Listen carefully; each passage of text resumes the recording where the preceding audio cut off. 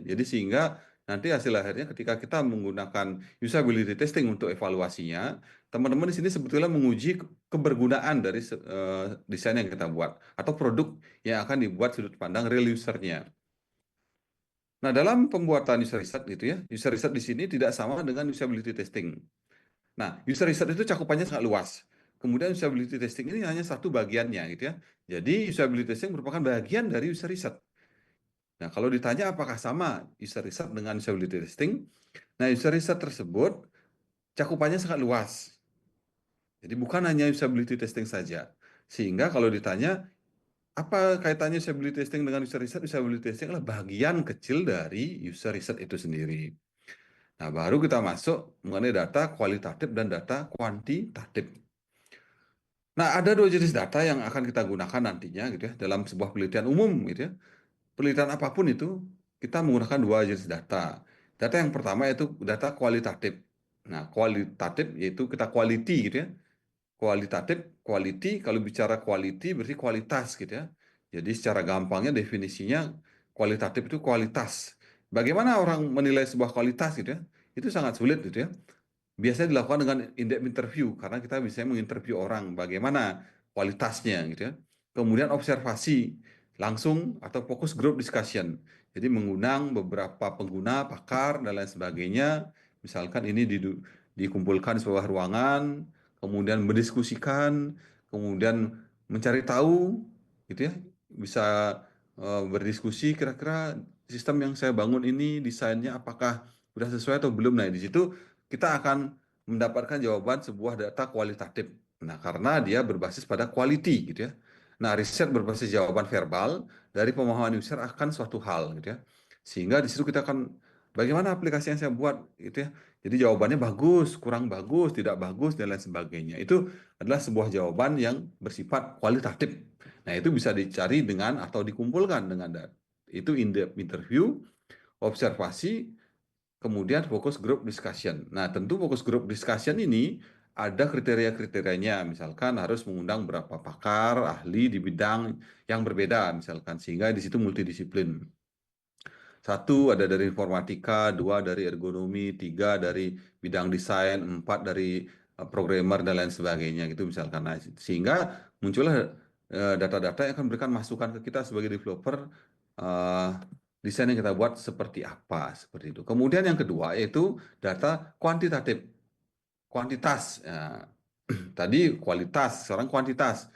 Nah, data yang kedua yang biasa kita gunakan yaitu data kuantitatif. Nah, riset berbasis angka atau grafik, statistik biasa digunakan untuk melihat tingkat keberhasilan. Nah, yaitu survei, kuesioner, data analitis, dan eksperimen plus-plus gitu ya. Artinya survei kuesioner di sini kita akan berikan mereka sebuah data yang berupa angka-angka gitu ya. Jadi 1 sampai 5 berikan skor jadi mengenai desain aplikasi saya. Berikan 1 sampai 5 skor mengenai warna dari desain aplikasi saya. Kemudian user memberikan skor mengenai logo saya, apakah sudah menarik dan lain sebagainya, skor dan lain sebagainya. Nah, di sini teman-teman akan mendapatkan data hasil akhir yang berupa kuantitatif, berupa angka-angka yang kita olah. Nah, ini kita akan banyak di sini ya, di banyak data di data kuantitatif gitu ya. Data kuantitatif yang akan kita gunakan karena kita akan berbasis kuesioner nantinya untuk melakukan usability testing seperti itu. Nah, kemudian kalau dilihat dari eksperimen plus-plus itu, eksperimen user research, yaitu ada menggunakan card sorting, ada prototype testing, termasuk yang kalian buat, kemudian A-tracking, kemudian A/B testing. Nah, keempat bagian ini, jadi mohon maaf ini tiganya double ya. Keempat bagian ini memiliki kelebihan dan kekurangan masing-masing. Ini tambahan saja, jadi user eksperimen plus plus di situ. Misalkan card sorting. Card sorting sudah kalian lakukan di awal pada saat brainstorming tugas awal gitu ya. Jadi kalian sudah menggunakan Figma untuk membuat card sorting. Kemudian prototype testing ini yang akan kalian buat gitu ya. Yang kalian buat sebagai project akhir, kalian akan menggunakan prototype gitu ya. Prototype di Figma yang seolah-olah gitu ya, seolah-olah aplikasi itu sudah berjalan dengan sempurna dengan baik gitu ya. Jadi inilah uji coba oleh user secara langsung melihat apakah user sudah sesuai dengan kebutuhan dari user atau belum gitu. Kemudian ada tracking. Nah, di sini ada aplikasi atau website yang menyediakan ya, menyediakan pantauan mata kita. Jadi arahnya kemana, nah di situ fokusnya mata kita lebih banyak kemana, kanan, kiri, dan lain sebagainya, untuk mengetahui dari di mana kita akan taruh menu yang penting gitu ya. Apakah kanan, kiri, tengah, dan lain sebagainya. Nah, kemudian A/B testing. Nah, A/B testing di sini, jadi apa sih gunanya gitu ya kita membuat A/B testing ini? Sebetulnya A/B testing ini memiliki peranan cukup penting ketika Anda sebagai developer. Nah, menggunakan dua buah opsi desain A dan desain B yang langsung gitu ya, yang langsung ditampilkan sisi production side untuk bisa tes desain nama yang lebih memberikan banyak impression. Nah, di sini saya tekankan kenapa A/B testing penting ketika nanti kalian menjadi sebuah developer, seorang developer gitu ya. Jadi di sini misal ya, karena kita berkaitan dengan klien, biasanya klien ini mintanya segala macam gitu ya. Jadi direvisi ini, ditambah ini dan lain sebagainya. Nah, akan lebih bijak kita membuat yang kita sebut sebagai A/B testing. A/B testing di sini kita hanya memberikan dua opsi kepada klien atau calon user gitu ya. Jadi kita tinggal bilang, Bapak saya punya dua opsi desain, kira-kira Bapak akan memilih desain A atau B, desain yang atas atau yang bawah. Sehingga kita meminimalisir desain-desain atau permintaan dari klien yang random gitu ya. Oh, minta ini, minta itu dan lain sebagainya. Cukup kita ini saya punya dua desain, silakan pilih yang mana lebih bagus gitu ya. Oh, saya bagusan yang bawah gitu ya. Karena lebih simpel dan lain sebagainya. Nah, ini lebih memberikan informasi kepada mereka bahwa oh, kita membatasi permintaan random dari klien-klien kita gitu ya. Nah, jadi mereka tolong dong gini kan, tolong gini kan. Wah, banyak jadinya. Kalau kita udah ini saya punya dua desain, pilih salah satu mana yang menurut Bapak bagus atau menurut Ibu bagus. Ya udah cukup itu aja. Nah, itu juga akan memberikan dampak ke kita supaya tidak terlalu random gitu ya permintaan dari user tersebut gitu ya. Ini akan membuat kita lebih nyaman ketika kita memiliki dua desain. Nah, desain ini pun kadang-kala kalau saya minta untuk mahasiswa membuat sebuah desain sebuah seminar gitu ya. Jadi desain idenya yang mana saya masukkan saja dulu.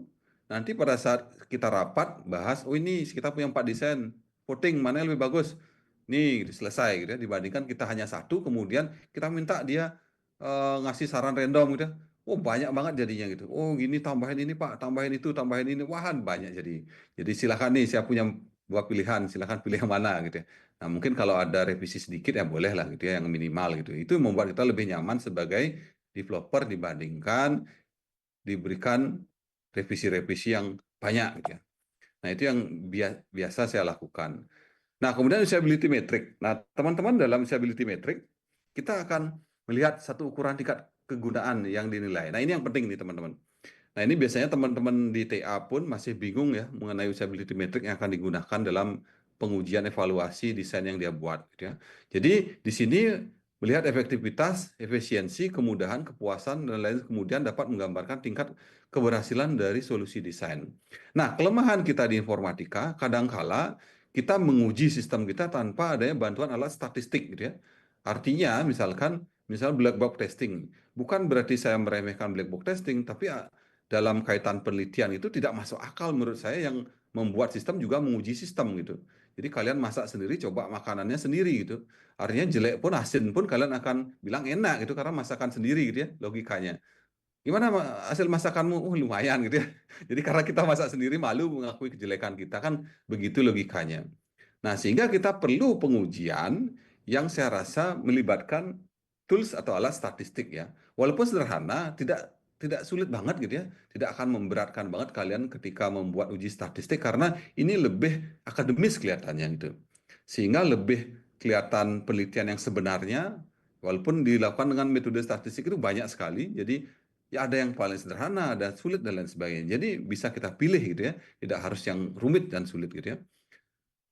Nah, macam-macam usability metric kita akan menggunakan sistem usability skill, kemudian single equation, completion duration metric. Nah, ini. Nah, sistem usability skill. Jadi di sini kita akan menggunakan 10 satuan ukuran menjadi 10. Nah, pertanyaan yang paling sering adalah dari mahasiswa, dari mana saya membuat pertanyaan-pertanyaan ini gitu ya. Jadi untuk kuesioner yang nanti kalian akan kirim ke salah satu kelompok di kelas yang C atau D itu, saya apakah membuat pertanyaan sendiri atau saya boleh menggunakan pertanyaan dari jurnal, dari penelitian orang lain gitu ya. Nah, jawabannya adalah keduanya boleh, tetapi ada resiko masing-masing. Nah, kalau membuat pertanyaan sendiri, kalian harus benar-benar mengujinya. Artinya di sini tidak sembarangan kita membuat sebuah pertanyaan kuesioner. Nah, sementara kita di informatika, adik-adik sekalian, kan di statistik itu mungkin sudah diajarkan, tapi itu bukan titik poin kita, kecuali teman-teman kita yang di prodi matematika. Mereka sangat khusus mendapatkan bagaimana cara menyusun pertanyaan kuesioner dan sebagainya. Maka saya sarankan teman-teman untuk menggunakan kuesioner yang sudah ada, kemudian dimodifikasi. Dimodifikasi artinya kasusnya kita sesuaikan dengan kasus kita sendiri. Sehingga kalau di sini misalkan dia website, kalau kita buat aplikasi mobile ya ganti websitenya menjadi mobile. Jadi apakah ketika Anda menggunakan aplikasi saya eh, menjadi lebih nyaman, lebih tenang, atau lebih user friendly, nah itu tinggal diganti sesuaikan ya. Tapi inti pertanyaannya cukup bisa menggunakan pertanyaan yang sudah ada gitu. Sehingga mereka yang sudah menggunakan itu biasanya sudah melakukan uji-uji sebelumnya gitu ya, sehingga kita menggunakan itu dan tidak masalah itu. Dan pada saat TA pun tidak masalah ya menggunakan pertanyaan sudah sebelumnya. Nah, yang menjadi pertanyaan di manakah saya harus mencari contoh pertanyaannya Pak, kan begitu ya? Jadi, oh di mana saya mencari contoh pertanyaan? Nah, teman-teman bisa buka website ueki.org. Ntar saya buka dulu ueki ueki ueki.org ya. Karena ada dua website, yang satunya kena ueki, yang satunya kena ini soalnya kena kena injek judi slot ya. ueki urg ueki. Oh, ueki online. Sebentar saya kirimkan linknya ke, kok jadi stop, ke chat ya. Nih, di chat ini ya, di kolom chat pada Zoom kalau itu di sana kita akan berbasis, kalau saya sudah lengkap di sana, sudah komplit gitu ya. Sudah komplit isinya, teman-teman bisa kok malah share PPT lagi. Ini di UEK. Oke. Ya, terlihat ya. Nah, ini teman-teman bisa dilihat di bagian bawah. Nah, ini sudah ada kebetulan bahasa Indonesianya. Jadi kita tidak lagi cemas dengan terjemahan karena bisa beda arti. Kuesioner bahasa Inggris kita terjemahkan bahasa Indonesia itu bisa beda arti ya. Jadi itu sudah ada. Kemudian teman-teman contoh ini ya, download, dan cara menganalisisnya pun sudah disediakan ada dengan Excel. Jadi sangat gampang sekali menggunakan ini. Jadi ini contoh try. Nah, itu WhatsApp, Google Map. Nah, contoh WhatsApp gitu ya. Kita lihat nih. Ini seperti ini contoh kuesionernya. Boleh dilakukan atau kuesioner yang lengkap gitu. Kalian teman-teman ini yang lengkap kuesioner. Oke, download.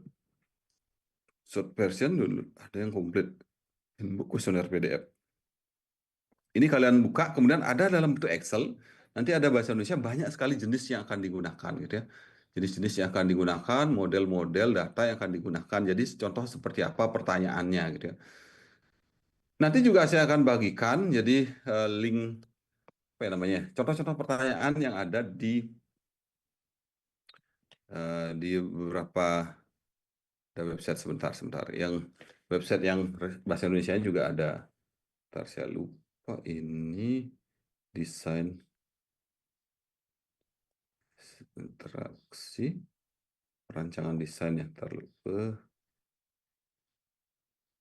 perancang interaksi, sebentar, lupa nama website. Udah.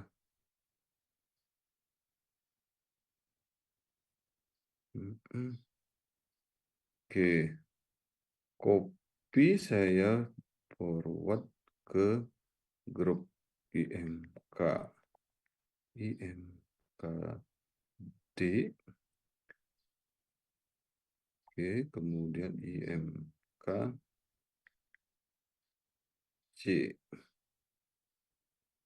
Nah, nyambung ya, ini saya kirim ke WA ya. Nah, teman-teman bisa dicek di sana. Jadi beberapa jenis, sebentar saya buka dulu websitenya. Ini ada dosen IT Telkom yang membantu dalam mengerjakan. Kok bisa ya? Waduh, hilang nih website. Ada yang bisa mengakses? Tidak bisa, Pak. Bisa ya, waduh hilang berarti ya. Se- Ya di sana sudah disediakan banyak sekali jenis-jenis pertanyaan ya. Kalau nggak pakai UEKI saja boleh. Nanti saya akan bagikan juga contoh-contohnya dalam pembuatan kuesionernya. Kalau di UEKI itu sudah lumayan banyak ya. Jadi kalau yang hmm, bentar, perancangan interaksi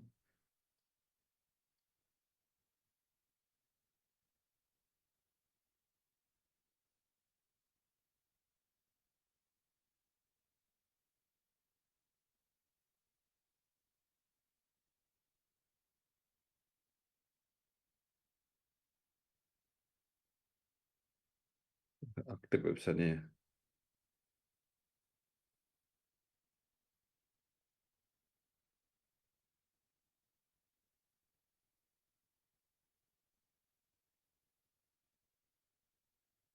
Bentar.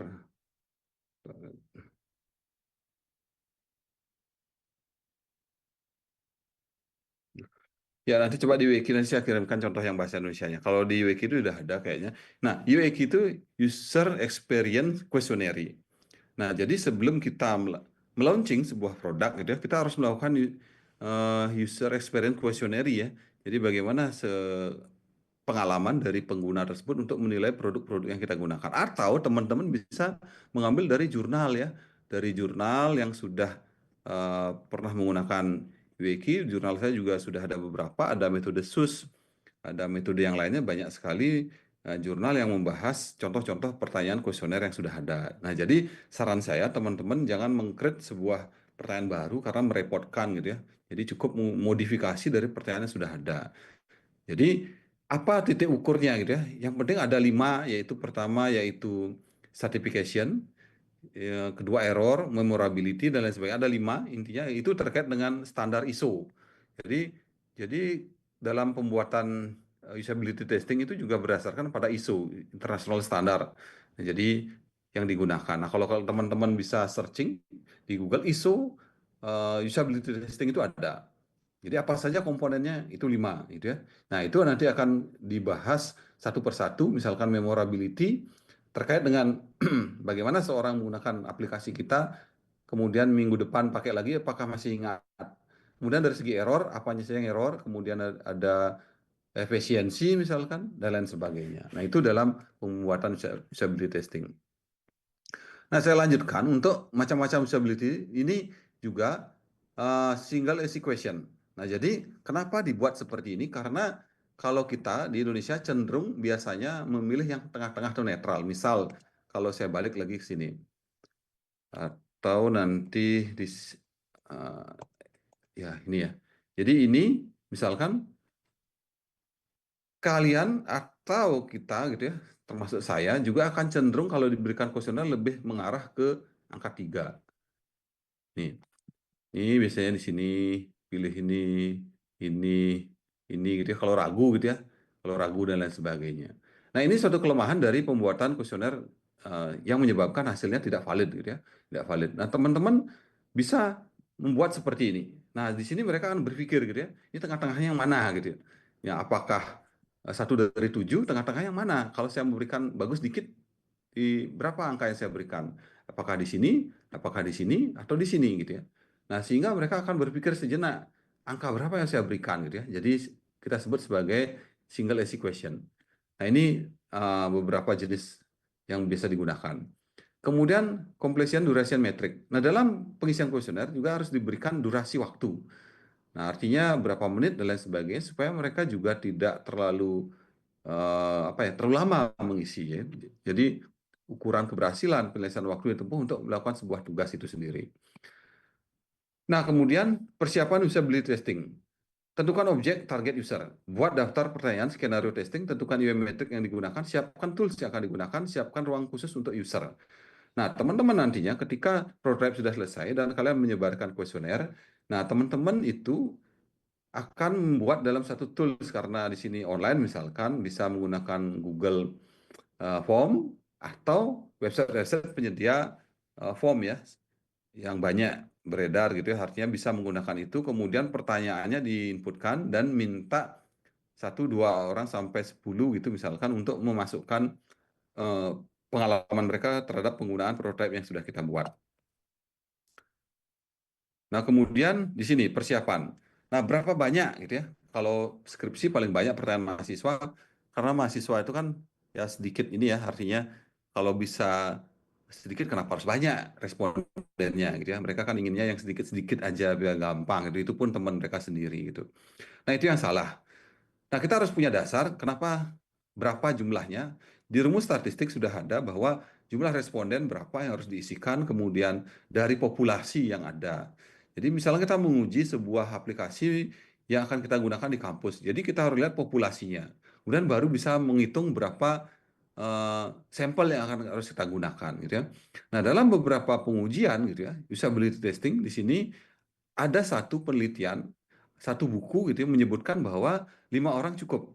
Tetapi, nah ada tapinya gitu, jangan ditelan mentah-mentah 5 orang ini, oh cukup 5 orang gitu.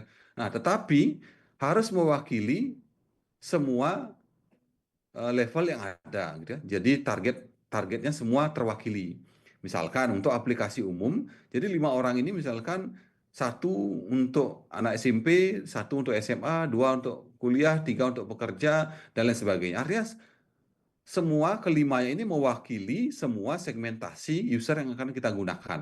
Gitu. Bukan berarti kalau 5 ya udah 5 orang teman kita dan umurnya sama, pekerjaannya sama itu salah. Nah itu biasanya ada tapinya gitu ya. Boleh 5 tetapi gitu ya. Tetapi mewakili semua. Nah untuk tugas nanti karena ini cakupannya tugas, jadi ini boleh teman-teman. Jadi kalau ada user di luar teman kalian di kampus juga dipersilahkan malah bagus gitu ya. Misalkan teman kita di rumah, orang tua yang akan menggunakan aplikasi itu sangat disarankan gitu ya.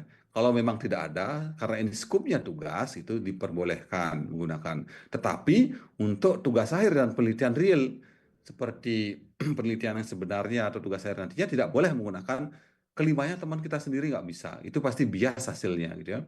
Sehingga 5 itu bisa. Kenapa bisa? Karena ketika ditambah datanya pun hasilnya akan serupa juga gitu ya. Misalkan 20 dan lain sebagainya ini karena sudah mewakili semua segmentasi maka itu pasti akan sama jawabannya. Begitu penjelasan dari buku yang saya baca gitu ya terkait dengan eh, jumlah user atau responden yang akan kita gunakan dalam usability testing gitu. Nah, kebetulan setiap kelompok di kelas C dan D itu kan biasanya ada 5 dan 6. Saya rasa cukup. Nah, kalau mau lebih itu sangat disarankan. Misalkan orang tua kita di rumah atau kakak kita, saudara yang di luar dari ini yang mungkin umur kemudian segmentasinya berbeda itu sangat disarankan untuk memberikan jawaban yang bervariasi terhadap penilaian dari aplikasi desain yang sudah kita buat seperti itu. Nah, kemudian buat daftar pertanyaan dan skenario riset, susun pertanyaan yang akan diajukan ketika interview dan user, kemudian buat skenario user riset akan dilakukan dengan menyusun skenario. Kita sebagai researcher tidak akan hilang arah ketika sedang bertemu dengan user secara langsung. Tentukan UX metric yang digunakan, jadi pilih salah satu UX metric dalam melakukan user research seperti usability skill.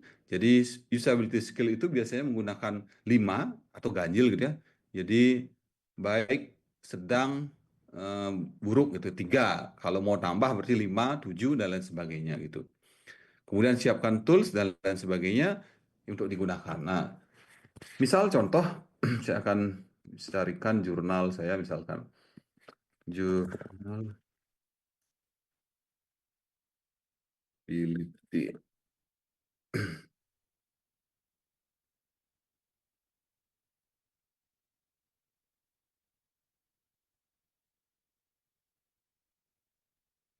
Stop share. Ini salah satu jurnal saya misalkan ya. Jadi teman-teman bisa cari yang lain ini contoh saja. Nah, jadi teman-teman kelihatan. Kelihatan, Pak. Nah, baik ini salah satu jurnal yang saya publish di tahun 2021 misalkan. Nah, jadi untuk pembuatan sebuah usability testing. Jadi teman-teman bisa eh, seperti ini. Nah, ada banyak beberapa mahasiswa eh, atau bahkan seluruhan gitu ya.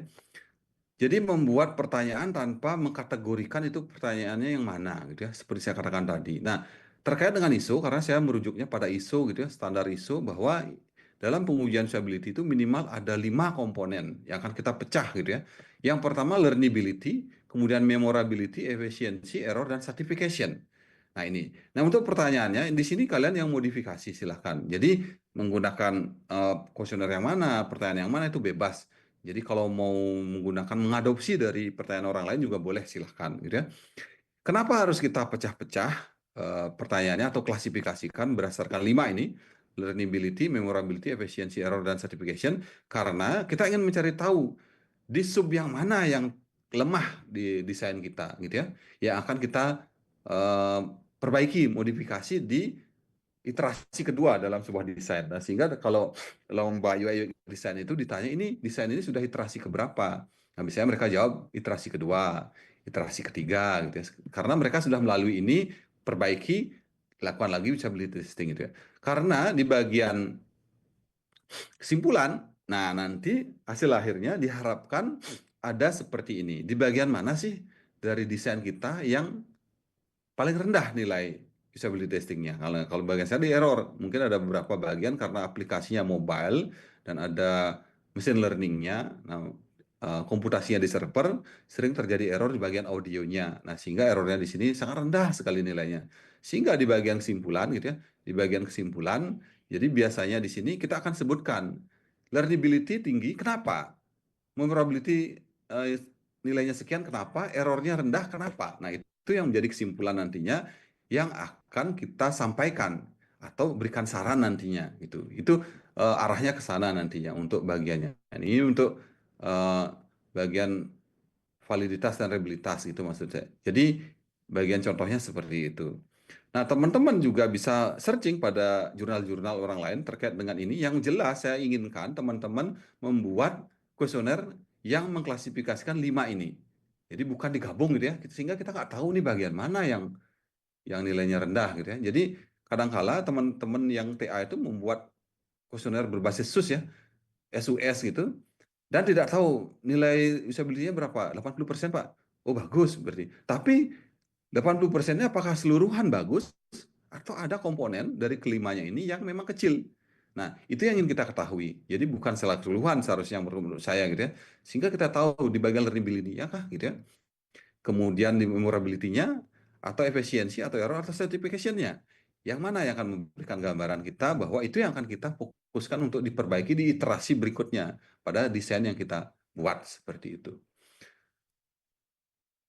Nah, untuk user research saya rasa seperti itu kurang lebih ya adik-adik, nanti silakan lagi di eksplorasi lebih banyak mengenai pertanyaannya gitu ya. Nah, sekarang dari minggu sekarang sampai minggu depan silakan kerjakan prototipe-nya karena teman-teman seharusnya sudah membuat desain warna dan menentukan logo. Nah, sekarang tinggal dilanjut ya. Dilanjut dari desain wireframe yang sudah dibuat, sekarang jadikan dia sebuah prototipe yang sebenarnya gitu yang akan kita ujikan nanti.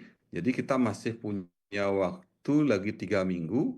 Jadi mudah-mudahan minggu depan itu sudah selesai. Teman-teman bisa membuat pengujian usability-nya. Nah, kemudian minggu berikutnya ada 2 minggu lagi kita akan presentasi. Jadi kita akan bagi mungkin kelompok 1-2 di minggu pertama, 3-4 di minggu kedua. Nah, supaya alokasi waktunya ini tidak terburu-buru presentasinya. Entah 1 jam satu kelompok nggak masalah gitu ya. Supaya nyaman, tenang, oh presentasikan semua komponen dari proyeknya gitu ya. Saya sudah begadang Pak buatnya, masa presentasikan sebentar gitu ya. Supaya puas lah presentasinya gitu sehingga waktunya bagus. Sehingga nanti di awal Januari karena tanggal 10 itu batas akhir perkuliahan gitu ya. Tanggal 10 itu terakhir perkuliahan 10 Januari itu kita sudah selesai perkuliahannya sampai UAS. Nah, itu yang nanti terkait dengan penjadwalannya supaya tidak terburu-buru ya. Apalagi teman-teman juga mengambil mata kuliah yang lain yang tentunya ada proyek-proyek yang juga harus diselesaikan. Nah, di sini saya inginkan teman-teman juga manajemen waktu yang baik gitu. Jangan sampai sampai apa namanya Hamin 1 baru menggerudukan gitu ya, begadang ke markasnya siapa, kosnya siapa gitu untuk mengerjakan tugas bersama-sama sampai pagi gitu ya. Nah, itu kurang baik juga. Artinya ya cicil ya. Karena user flow kita sudah buat, sepakati, wireframe juga sudah dipresentasikan, tidak ada alasan untuk mengerjakan kejar-kejaran H-1 gitu ya. Ya, harusnya bisa dicicil semuanya gitu. Apalagi berkelompok yang bisa berkolaborasi dalam Figma. Nah, itu yang saya harapkan untuk pengerjaan dari proyek ini sehingga hasilnya maksimal gitu. Baik, silakan sampai di sana. Mungkin ada yang mau ditanyakan, didiskusikan. Silakan saya buka untuk diskusi. Sebelum saya absensi, silakan. Mungkin ada yang mau ditanyakan.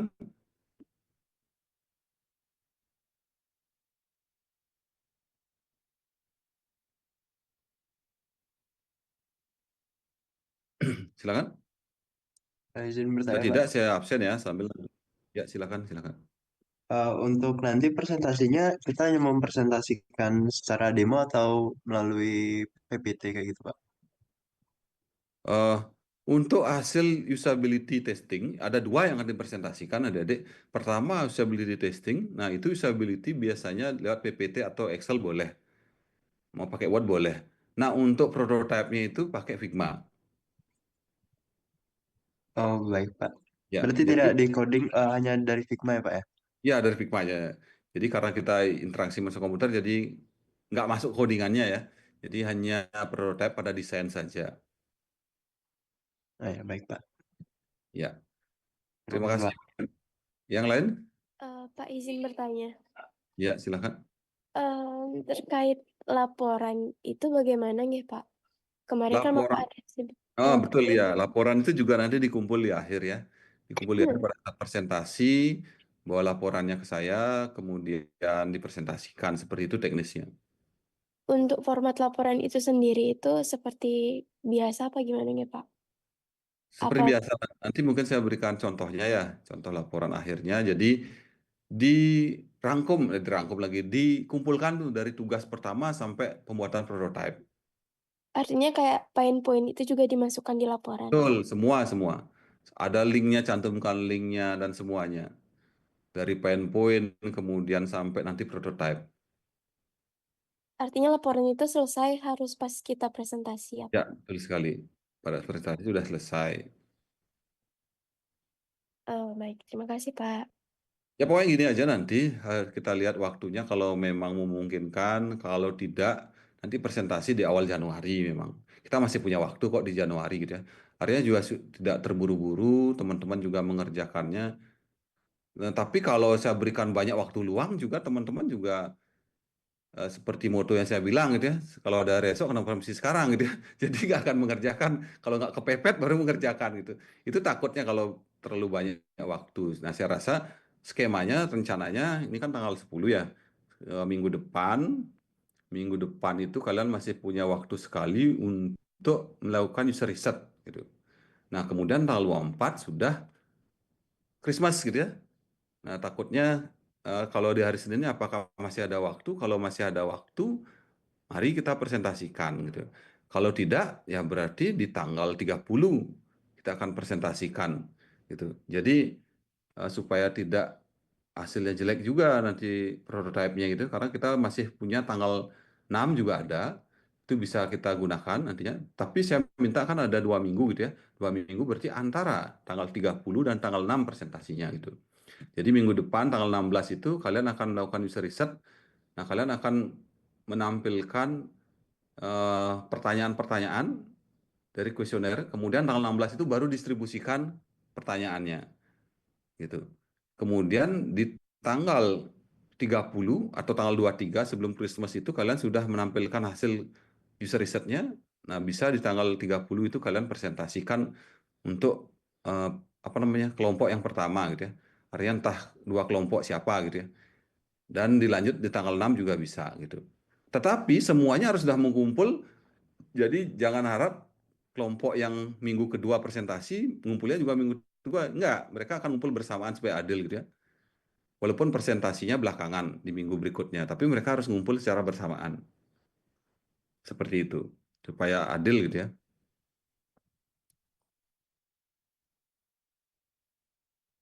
Gimana, ada lagi? Nah, perlu saya tegaskan untuk tugas hari ini, gitu ya, tugas hari ini, yang pertama kalian harus membuat prototype, yang kedua menyusun pertanyaan untuk usability testing, gitu. Ada dua tugasnya. Nah, sambil juga kalian mengumpul-ngumpulkan, membuat laporannya, gitu ya. Ntar kan tinggal dihaluskan, gitu ya, untuk laporannya. Oh, ini kan udah jadi, tinggal masuk-masukkan ke Word-nya untuk berkolaborasi mengerjakannya. Seperti itu. Ya, baik. Sambil jika ada pertanyaan, saya absen ya. Mirza Ali, ada? Hadir, Pak.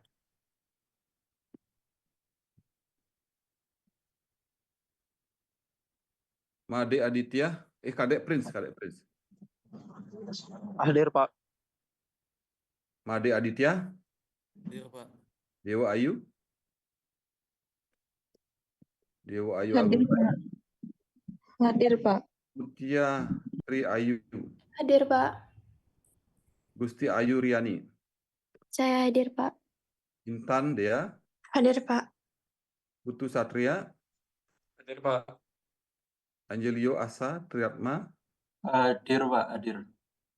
Nanda, Hadir, Pak. Nanda, Hadir, Pak. Putu Andika, Hadir, Pak. Kenny, Hadir, Pak. Christian Valentino, Hadir, Pak. Anak Agung Bagus Yoga, Hadir, Pak. Anak Agung Gede Angga, Gusti Ngurah Esa, Nandana, tidak hadir. Gede Madi Widi Anditya, tidak hadir. Widi, Ananta Adnyana, Hadir, Pak. Permisi Pak, ya, NIM 111 hadir Pak. siapa? Namanya siapa? Halo? Langsung kabur dan Jayak Sumawardana, Anak Agung Hadir, Jayak, Pak. Hadir, Pak. Sahirah Lulu, Hadir, Pak. Fadilah Randri. Hadir, Pak. Siapa tadi yang NIM-nya 11? Tuh, mana nih dia? Permisi Widi Pak, tadi itu, terus Pak. Ya, siapa? saya ada terkendala sinyal Pak, saya NIM 111. Namanya siapa?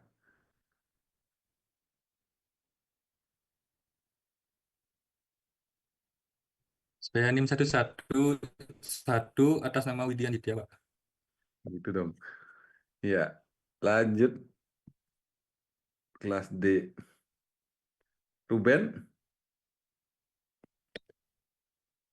Ruben Torangin, tidak hadir. Gede Putra Wiratama, Hadir, Pak. William Saputra, Hadir, Pak. Rama,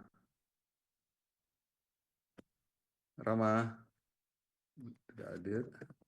Tangkas, Hadir, Pak. Putu Mahdalika, Hadir, Pak. Made Arif Budi, Hadir, Pak. Agus Putra Darmawan, Hadir, Pak. Putu Nadia Putri, Hadir, Pak. Sky, Hadir, Pak. Bagus Arjawa, Hadir, Pak. Alia Novianti, Hadir, Pak. Made Gede Aryadana Baraja Putra, Teresia, Hadir, Pak. Anak Agung Anom, Hadir, Pak. Adika Setiadharma Susilo, Hadir, Pak. Nyoman Pramajaya, Hadir Pak. Jeremy Stefano Hawu, Anak Agung Gede Agung Pranandita, Hadir, Pak. Kadek Mohon maaf Ari- Pak, atas nama Jeremy hadir Pak. Jeremy Stefano. ya, ya. Kadek Arimbi,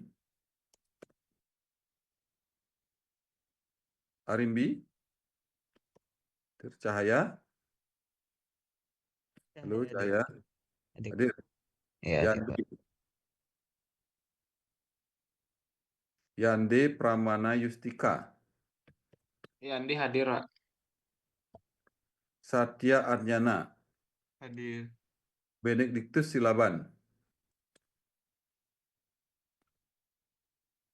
Benedictus Silaban. Ada yang belum saya panggil? Sudah semua. Nah, baik teman-teman. Begitu pertemuan kita untuk hari ini. Jadi ada tugas yang pertama melanjutkan untuk proyek sampai ke prototype. Kemudian yang kedua menyusun pertanyaan untuk kuesioner yang akan kita gunakan untuk menguji.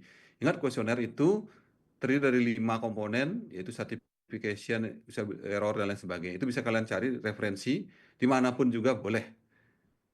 Ya, jadi itu yang akan kita gunakan untuk menguji usability-nya nantinya, gitu ya. Jadi perkembangannya saya akan review minggu depan, gitu ya, untuk kita lihat hasil pertanyaan dan lain sebagainya. Kurang lebih seperti itu untuk hari ini. Jadi absen sudah. Ini tugas. Izin Pak, Ya, mohon silakan. maaf mungkin tadi ada kendala di mic. Absen saya NIM 70 Baraja hadir Pak.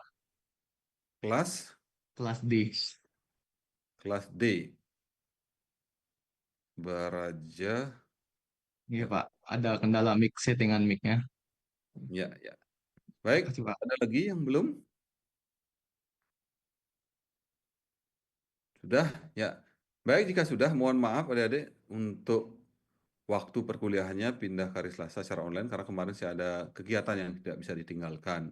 Mudah-mudahan tidak mengurangi makna atau esensi dari pertemuan kita hari ini, dipahami dan lain sebagainya. Jika ada pertanyaan, kita diskusikan minggu depan di hari Senin, mudah-mudahan tidak ada kendala. Seperti itu bisa saya sampaikan untuk hari ini. Terima kasih atas atensinya untuk pagi ini. Selamat pagi, salam sehat semuanya. Saya izin untuk end meeting. Terima kasih. Terima kasih, Pak. Terima kasih, Pak. Terima kasih, Pak. Pak.